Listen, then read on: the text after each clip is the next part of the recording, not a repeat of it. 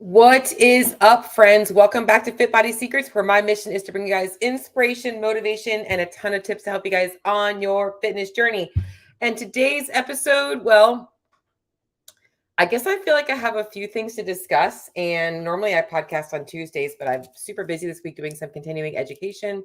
So my days are pretty slammed and wanted to get this in before tomorrow starts. So I just feel like I have a few topics that I want to talk about and obviously give you guys a few things to honestly help you in your fitness journey, which is what I'm going to be talking about today, which is going to be cheat meals.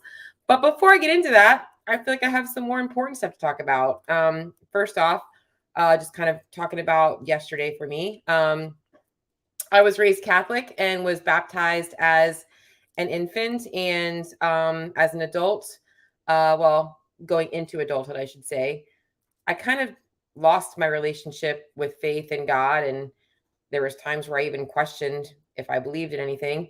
And my journey back into Christianity and finding a place where I felt like I could develop a relationship with Jesus and God took me quite a long time, and I'm very grateful for the people in my life that uh, openly brought me into their community and invited me with their family. And I remembered spending Sundays with that family and Sundays just, anyways, long story short is I had been contemplating the decision of getting baptized as an adult for probably a year to 2 years now. I've thought about it and honestly just hadn't ever, no pun intended, taken the plunge. That was funny, right? Um, because I honestly felt like I wasn't worthy because I struggle to read the Bible. I struggle to kind of sometimes I struggle to put God first, and I know that. But I think that what I've learned over time is that I'm never going to be worthy and that I'm always going to make mistakes, and um that me being baptized isn't this saying that I'm never going to make a mistake again, or that it's just saying that I am declaring that I am a follower of Jesus and I want everybody to know that my life is dedicated to serving him. And I know that everything that happens, he already knows is going to happen, and that I'm okay with that. And that there's going to be things that don't work out in my favor and things that do. And whatever that favor is, it's all for him. And so yesterday, um, super crazy, God works miracles in mysterious ways. Um, the girl who baptized me is the one of the girls. She brought me to her church years ago. First church I went to as an adult that wasn't for a funeral. Um, God, it had to have been 10 years ago now. Maybe even no, more like 12 years ago now. Um, and she's just always kind of shown up in my life at the most convenient times, exactly when I need her. And I feel like it was God working in her in so many ways. And to the point where yesterday I texted her as I was getting ready to leave my house, said, getting ready to leave my house, and I'm having a lot of self doubt. And honestly contemplated waiting because my parents were going to come. But then when they found out it was the beach, they were going to not come. I was like, oh, I could just wait and do another one and they'll come to that one. So I contemplated not going. And, but I texted her for accountability and got in my car and drove there. I'm like, I know, you know what? I'm just going to drive there. What's the worst that can happen? I'll drive there. If I don't do it, I don't do it. And because it was going to be a very busy service, there's a lot of people there. They had a shuttle that was taking us over. So I parked my car and I was going to walk over. I'm like, you know what? I'm right on time. I should probably just take the shuttle just to be safe. Get in the shuttle. I'm the first one in the shuttle. And who shows up to sit next to me is that friend, the friend that took me to church for the first time as an adult almost 11 years ago. And she sat next to me and I was like, how does God do this? Like, how did he put her in this shuttle? How did we both end up in the exact same shuttle? There's thousands of people here right now, and she ends up sitting right next to me. And so it was just a really amazing experience, and something that I am very proud of doing. So just wanted to share that with you guys because it was something that was on my heart today and on my mind, obviously.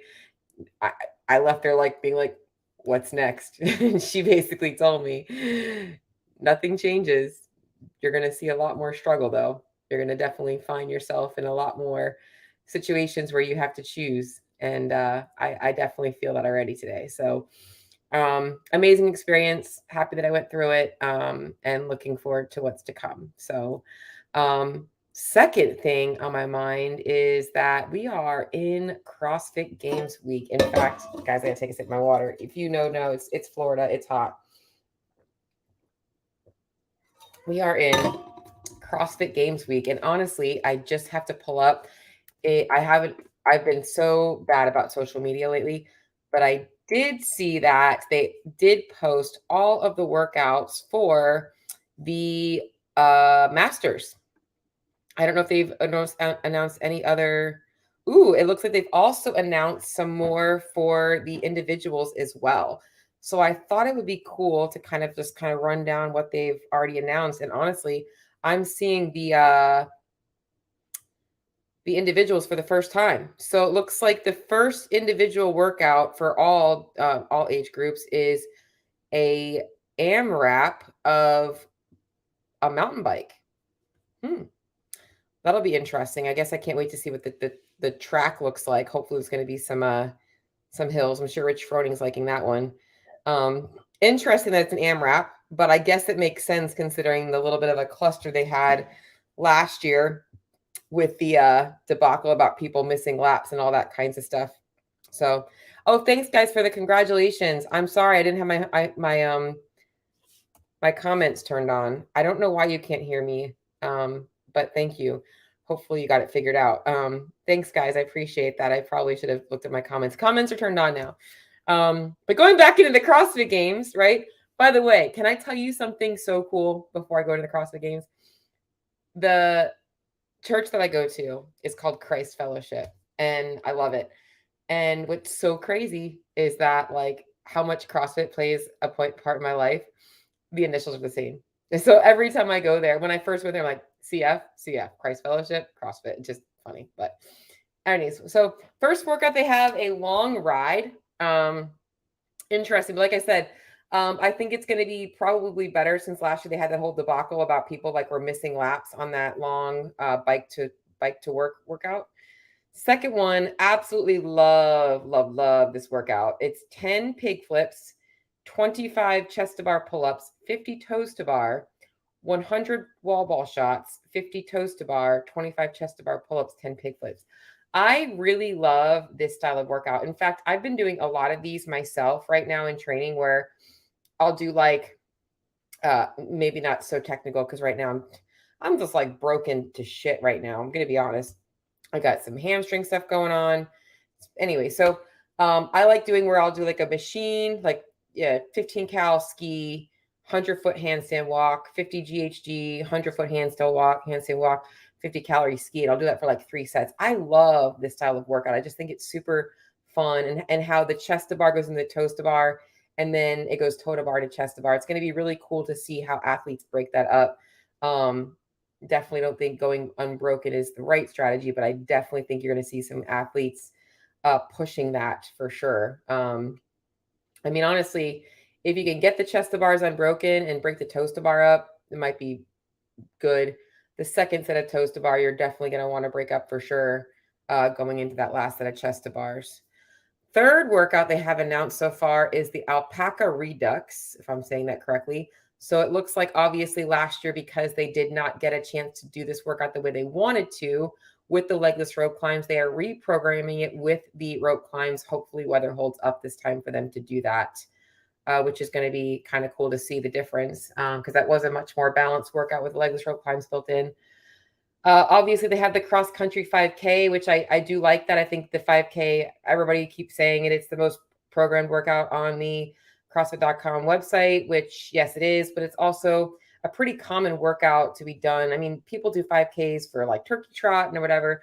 I think it's just a very good test of overall fitness. The time domain's right. It kind of doesn't favor smaller or larger. It's kind of that right in the middle ground, obviously being on the train. So, and then you've got the Olympic lifting total.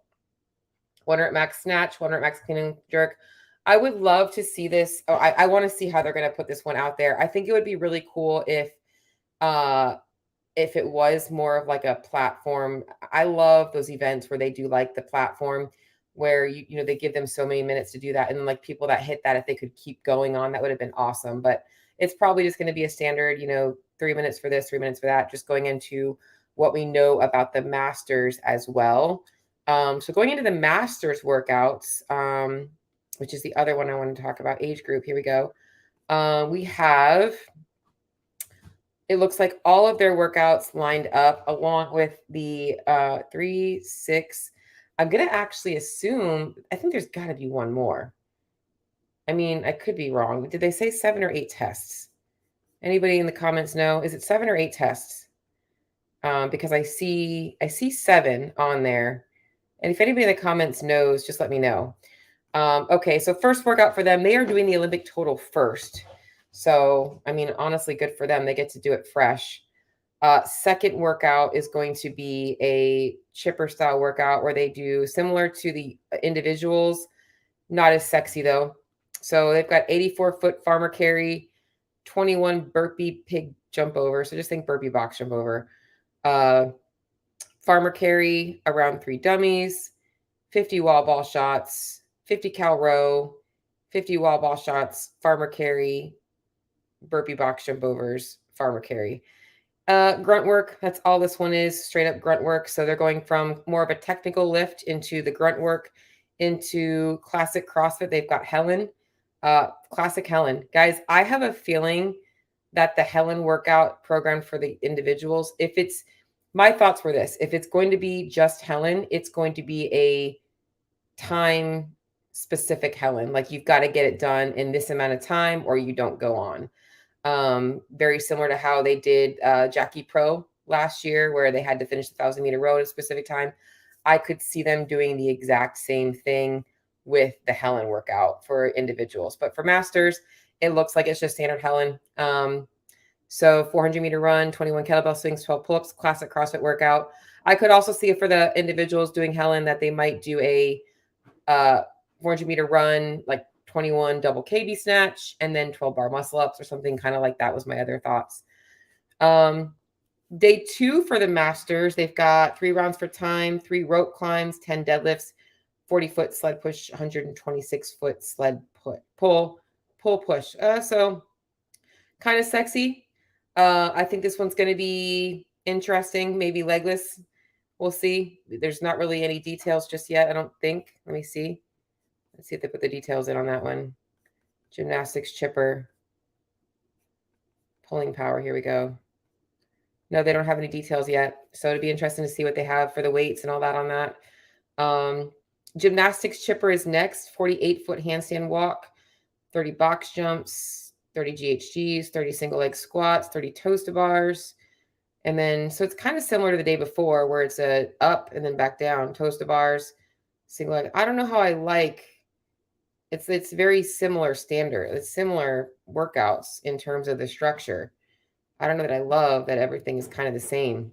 It's a 3 rounds for time, 3 rounds for time, up and down, and then single modality. They got the 5K.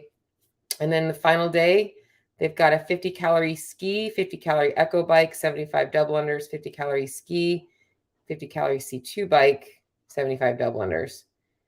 I think this one could have been, I honestly think that this one would have been a better one to see an up and down where they did like 50-calorie ski, 75 double unders, 50-cal echo bike, 75 double unders, 50-calorie ski. And they could have used a C2 bike somewhere else or use a C2 bike in this one. But yeah, I don't know. I guess I can't wait to see how the games workouts look. Looking at them on paper, nothing super sexy. Like I said, it's a lot of up and back, right? You got the farmer carry, pig jump, farmer carry, wall ball, row, wall ball, farmer carry. It's the same 3 rounds for time.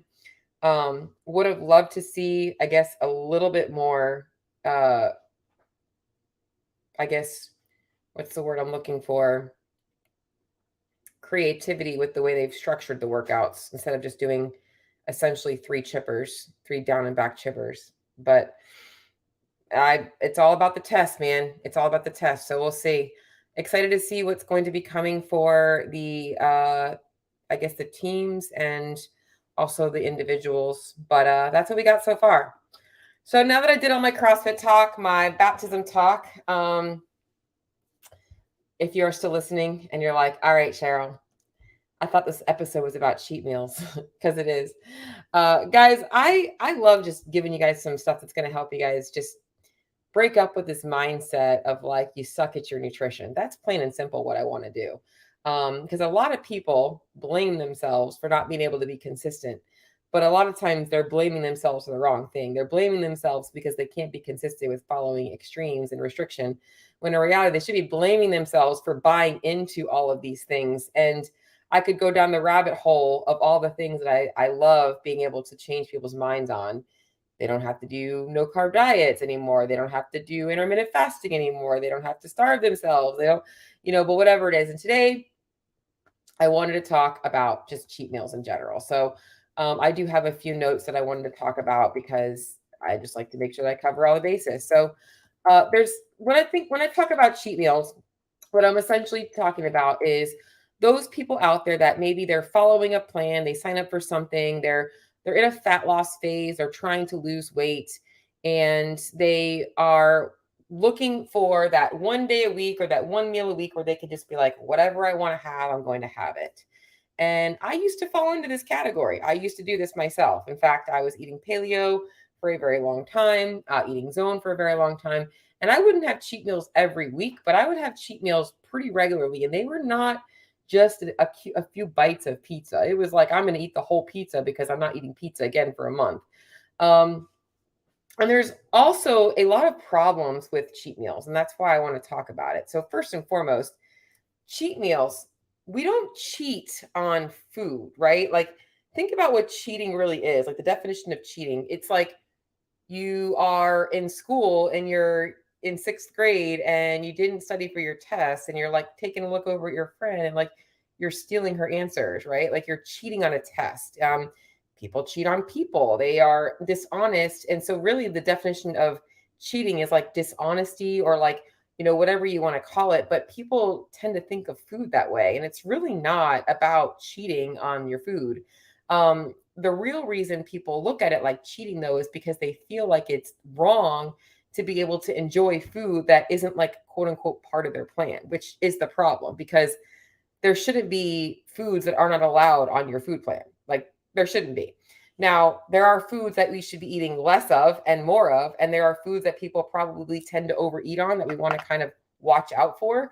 But telling yourself you're going to save it for a cheat meal is essentially continuing to reinstill this belief that like that's bad for you to have those things and you can't control yourself to have a small portion of it and move on, because you can have a small portion of these foods and actually still maintain and continue to make results happen for yourself. So it takes me down the rabbit hole of people talking about I'm addicted to sugar, I can't stop eating these foods. It's because, well, the main reason is they're not eating enough in general and they're going to these things when they're haven't eaten all day or they're super stressed out and they're not eating enough of anything and they're hungry. So of course they're going to overeat those things. They're high in calories, low in volume. So when it comes to cheat meals, they're like, it's this mindset that like it actually makes it okay to cheat, right? I've been so good, so it's okay for me to cheat. And that doesn't make any sense either. Like, so what's the real problem here? All right. So number one is that cheat meals are reinforcing this mindset that your dietary plan is too restrictive to include the foods that you enjoy. That you're like, you really want something, but you're not going to have it because it doesn't fit the plan. And that you have to wait until the end of the week. And then you're going to like have it then because you're not having it all week. I've been good all week to have that. The biggest problem with this is that oftentimes people aren't realizing how many calories they're consuming on these days or in these meals. And they're often under eating during the week. And I also think that it's really hard for people to isolate a quote unquote cheat meal to one meal, especially on the weekends. It usually segues into, oh, I already had that. So tomorrow, I'm going to have that too. And then before you know it, that one meal has now trickled into an entire weekend. And now Monday, they're getting back on the quote unquote diet plan. So it ends up really negating all of their efforts all week. They're working so hard all week to stay on track, only to save it for the weekend and blow it all, right? So why not just develop a nutrition plan where you don't have to have that restriction all week and you can actually enjoy your food? And then, yeah, maybe your choices are a little bit more dense in calories and lower in volume on a Saturday night because you want to go out and have something. That's okay. Guys, this is why I believe in flexible dieting. It's not about being perfect on macros and being all cookie cutter. It's about understanding the nutritional contents of the foods that you consume on a normal basis and how to make adjustments to those things when you want to have something that maybe isn't as high in calorie or high in quality. It might be higher in calories. Like that's what I true heartedly believe in. 80/20 is the way to live your life. Okay. So second thing is for those of you guys out there that value your fitness, I say this and I love saying this, is like you are literally usually starving your workouts and feeding your social life and your cheat meals. Like you're living for that one meal a week. Okay. Well, there's two problems with that. You're starving your workouts and feeding your social life, like I mentioned, right? So you're gonna literally undereat all week when you're trying to, make progress in the gym. And then you're gonna eat on the weekend all these calories when you're likely not working out as much.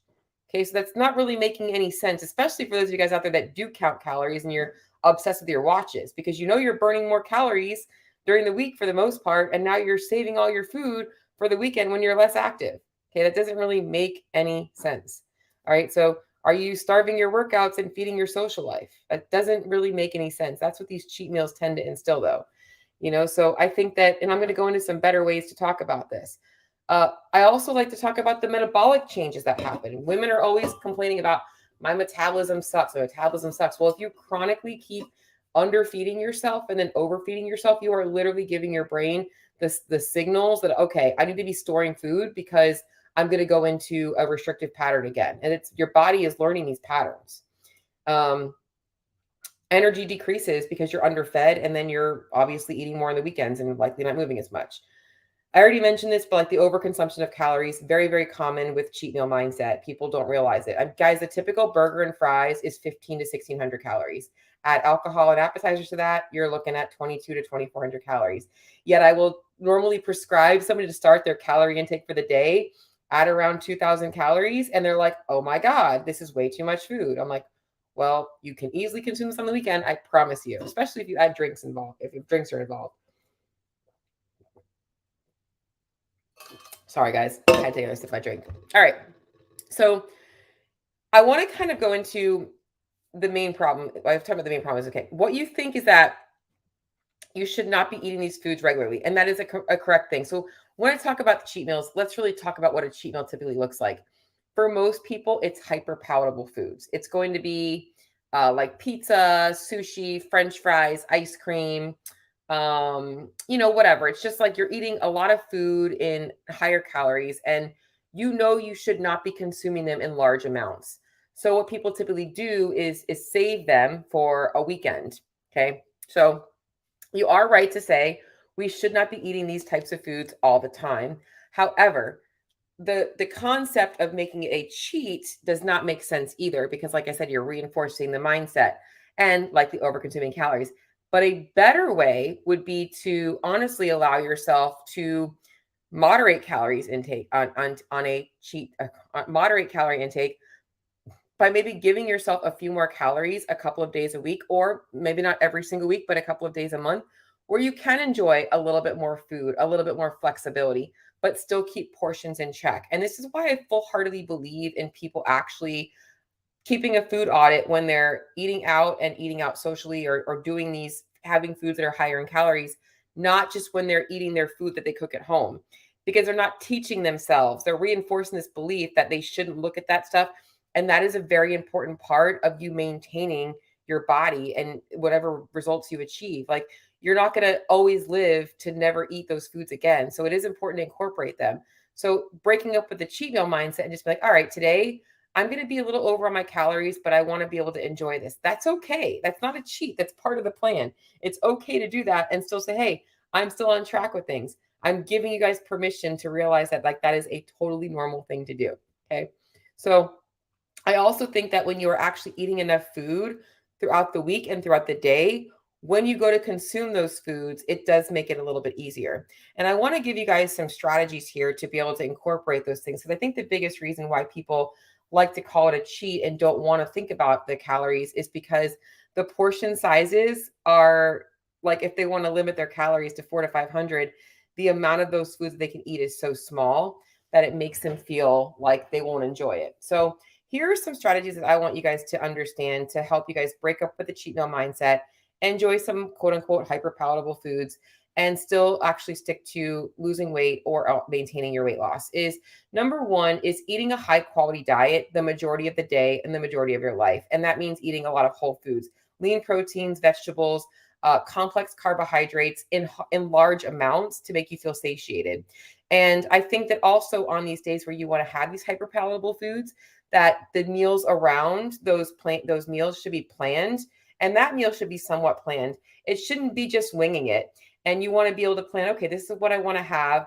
You can kind of plan the rest of your day, high volume, high protein, high quality, to allow for that. And then at that meal, trying to make it a smart meal where if you want to have 1 or 2 slices of pizza, but you know that's not going to make you feel really full, maybe you are adding in a salad with some grilled chicken on top as well. So you're getting some veggies and some protein, and you're having your pizza too. If you want to have ice cream that night, maybe you are planning to have a pretty healthy dinner where you're sticking to maybe like a lean protein and a veggie, and you're having the ice cream as well. So this is a better mindset to have to allow you guys to build moderation without thinking that you have to quote unquote cheat. It allows you to do this more regularly as well. Okay, so this way you're not just saving it all. I will also say this, like maybe you have your kids and you guys want to go for pizza on a Tuesday night. You should be able to be like, all right, I'm going to be a little bit flexible tonight. I'm going to have the pizza tonight. You shouldn't be having to save it for your cheat meal. Okay. Next thing to talk about with quote unquote like building in these days is that there's a big difference between special occasions and meals that are focused around the food versus being with friends and family and just wanting to be able to be social, and food is part of that equation. Going to your routine like Chili's or Longhorn or whatever, meeting up with your friends isn't super special. So just because you're there with friends doesn't mean you have to be overindulgent, especially if you have goals. You can have that food whenever you want it. So why not just pick things that are actually in line with what you enjoy, but also are fitting into your day? You don't have to eat just the plain boring chicken, but you can also make smart choices there and be moderate with things. Okay. So the last thing that I want to kind of talk about with this whole dollar menu at Taco Bell, oh my God, that's hilarious. About this whole mindset around cheat meals and food and all that stuff is this. I made this post in my Facebook group last week, and I want to just talk about it a little bit. Is this? It's like, how much of your happiness and your enjoyment and pleasure is focused around what type of food you're eating? Because that's really the big problem that people have. You should enjoy the food that you're eating on a 7-day basis. You should enjoy it. You should look forward to it. I love everything that I eat. I pick snacks that I like. I enjoy everything I have. I eat a high quality diet. I enjoy, making some fun recipes. But for the most part, I'm pretty simple. Okay. My happiness is not dictated on what I'm putting in my mouth. All right. So that's a big thing for people to come to terms with, is that if every time you're out socializing, you feel like you can't have fun unless you're, feeding yourself really hyper palatable, indulgent foods, maybe the problem isn't your cheat meal mindset. Maybe it's really how you're identifying happiness. Now, like I said, there are times where like the food is the event. You're going to like a dinner show, like a whatever. You're going to a dinner show. It's a birthday party, a special occasion, a celebration. Things where like the food is really special. When I say birthday party, I shouldn't even say that because sometimes it's like Little Caesars pizza. Is that really special? Okay, so it might be a special place you're going for your birthday. It might be Christmas or Thanksgiving. Those are times where like you shouldn't have to really stress about food. It's not a cheat meal though. It's like literally like we're just not thinking about calories today. We're just enjoying food. And those days are so inconsistent that they don't really factor in. But every week, if you are constantly telling yourself you need a cheat week or you need a cheat day, that's a problem. That's a problem. That means that your diet is too restrictive for you, that you're being good all week to save it for this one day. You should be able to be moderate and enjoy yourself and not have this mindset that it's a bad thing. And that should work into your plan, seriously. So that's what I got for you guys today. A little bit of a topic on that. I don't care for cake. I actually, Bruce Wayne, okay, I like cookies way more. You know what I really am? I am a person that likes cookies and ice cream or brownie and ice cream. I like cold and like warm together, like a brownie sundae, chocolate brownie, vanilla ice cream. That's my thing. But that's me. That's what I like best. Cake, I could do without cake too. I like cake with I like the cake, but not the icing. Like I'm the girl that will take the icing off and have the cake. Cake and ice cream, but not the icing. So, but but yeah, so that's what I got, guys. Um, you are a little bit late, Bruce Wayne. I'm looking back to see if I missed anybody's topics. But guys, that's what I got for you guys. My goal, honestly, is just to help you guys build a sustainable diet. That's what it is. So if you're struggling to build a sustainable diet to achieve fat loss, lean muscle, all that good stuff, I feel like I'm selling an infomercial here. Reach out to me. That's what I do. I want to help you guys out. Fuel your workouts, not your fat, not body fat. That's what I'm here for. So until next time, guys, see y'all later.